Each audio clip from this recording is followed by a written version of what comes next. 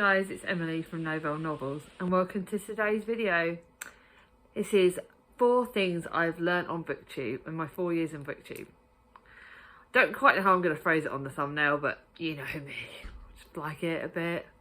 This is the last of the 4 things for 4 years, and I want to thank you all for 4 amazing years. I've learnt a lot. I'm breaking these 4 things down into simple things, the 4 most important things I've learned, and yeah, I've learned a lot. I think I will say these 4 things, but I'll probably do an extra complimentary thing. But I think I've changed a lot over 4 years. I really feel like I do. I'm sure those of you that watched my newbie video, which was one of the first ones that was included in the first video that I did for this, you would have seen how much I've changed. I've learnt a lot, and I've grown. And a lot of that is down to you guys. The friends I've made is just amazing. And yeah, I've been completely and utterly blessed. So this is going to be a nice short and sweet video, which I love it. I love making ones that I don't do that. Kind of links into the next one. So I'm going to do it in reverse order. It doesn't have to be an order of preference, but I think for me, these are kind of the order that I've sort of decided to put them in. Lesson number 4. Make videos that you enjoy. Do videos that you want to do all the time. You know, it is so important not to do things that you think will get views, because yeah, they may be amazing, but the whole point of Booktube is to enjoy yourself and make content that if you're making content that you're passionate about, that comes through in the videos. Now, everyone's got their own sort of types of videos. Now, when I started off doing them, 4 years ago, I used to film a lot of tags. I did everything. I did all the read. I was doing videos that I thought everyone would like to make, and I think I sort of copied a lot of other creators, which is good. Don't get me wrong, you can learn from other co-creators. I've learned a lot from different people, and at the start you'll learn what sort of videos you like. Some people like doing wrap-ups, some people like doing TBRs, some people don't. Not everyone suits TBRs. I know some of my friends don't like doing TBRs. Some people don't like doing wrap-ups.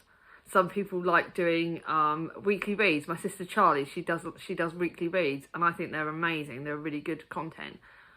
Some people like doing quite a lot of vlogs. Vlogs can do really well. Vlogs are quite good fun to do, but to do them you need to find the app that suits you. I do iMovies apps, and I don't do as many vlogs. Sometimes I don't know if I should do more vlogs. Let me know down below if you think I should. I would love to know. I love the books I love making. For me, I love doing hauls. I love doing TBRs. They are probably my favourites. Wrap-ups, I do enjoy. I don't know whether I'm having this real debate in my head, because I read a lot of books. I find wrap-ups can be quite long, and sometimes when I've read the books, I can't always remember everything, because by the time I've done my wrap-ups, although I do it in part 1 and 2, I don't always remember everything. So whether I should do individual book reviews or whether I should do weekly reads, I don't know. I'm still debating that. You can let me know if you think I should. That's totally. But I do find that wrap-up's not my kind of thing. I don't enjoy doing tags as much now, although I still get tagged occasionally. I don't get tagged as much. Tags are quite easy content. They're quite easy because the prompts have already been made and things like that, and so that can make them easy. But they're not my favourite. So find your jam. Find your sort of videos that you enjoy making, because the key thing is enjoying yourself. So yeah, it definitely comes through when you're making videos that you're excited about. Like for next month, I always do my hauls. My gratitude journals don't do as well, but I'm enjoying making them because I'm enjoying it. Puts me in a good headspace when I do it. TBRs I love doing, and I love sort of shelf tours. They can do really, really well. But yeah, that sort of thing. Find your jam. Find your sort of videos that you enjoy making. And the next one is probably, even though it's number 3, it's very, actually I'm going to change the order around. I swap it round, I don't do that. The next one is to post regularly. Some people, again, don't put pressure on yourself, but, well, that's another one. But post regularly. So if making 1 or 2 videos a week works, it can help views if you post regularly on the same sort of days. But make sure you find days that suit you and find your kind of area. It can take time. I've recently changed my video time that I upload. I was uploading first thing in the morning, and now I'm uploading in the afternoon, because I was finding There are ways of finding out how to get the most views, and that is to look on your analytics.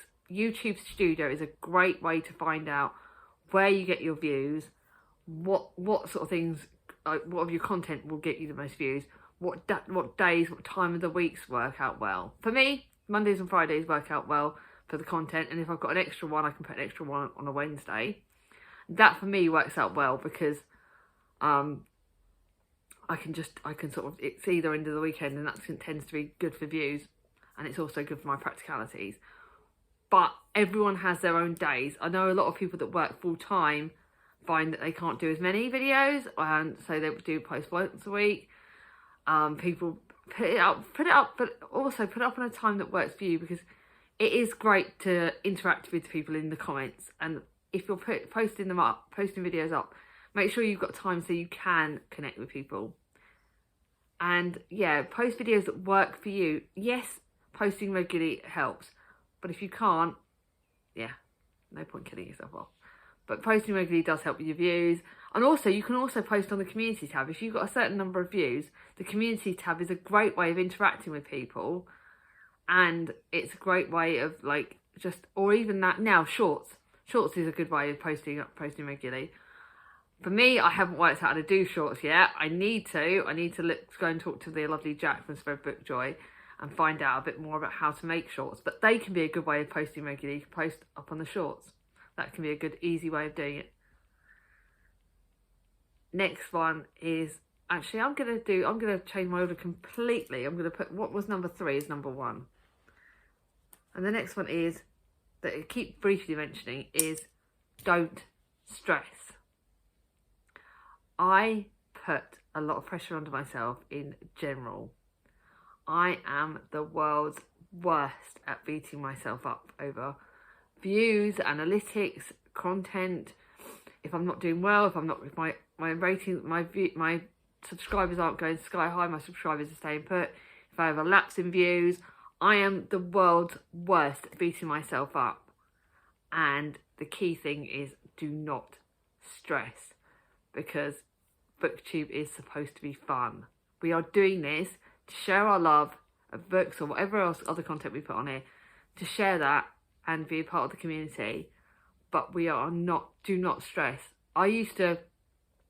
This year, I will say, it does help to be part of read-alongs and readathons. That's a good way of getting into the community and things like that.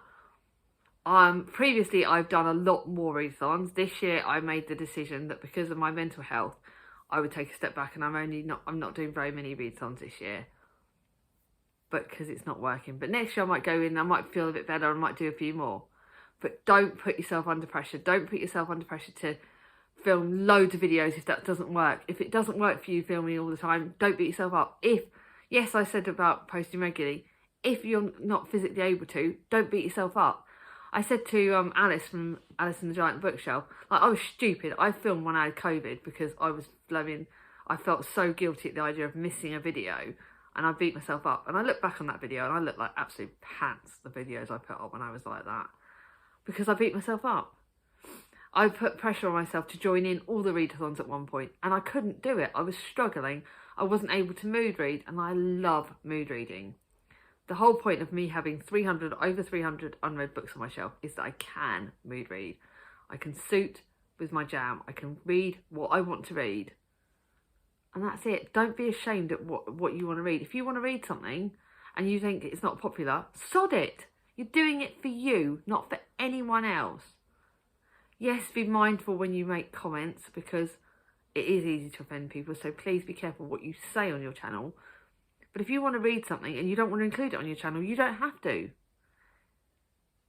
Don't beat yourself up. Don't feel like you have to put so many videos up. Don't feel like you have to put content up to create others. Don't stress if you don't manage to finish your TBR. God, no one, everyone's blooming bad. I always beat myself up. And if you don't like a book, it's okay to DNF. Like I said, Alice and my Booktube group, which is the next bit thing, have taught me it's okay to DNF. It's okay to find a book and not enjoy it. Do not waste your time on things that you do not enjoy, because the whole point of Booktube is it is supposed to be fun. And that leads on to my last thing, my last lesson. and the best lesson I learned. Find your crew. Find your friendship group. Because yes, booktube is fun, but sometimes it can be a little bit stressful. Sometimes we can put pressure on ourselves. But to have that crew, that group behind you, that is incredible. I have loads and loads of booktube friends, but my book waffle girls, they're my crew. They're my jam. They're the ones who are there for me through thick and thin. We don't always like all the same books. I am going to link my waffle groups because I can't not finish this full year without saying my booktube besties.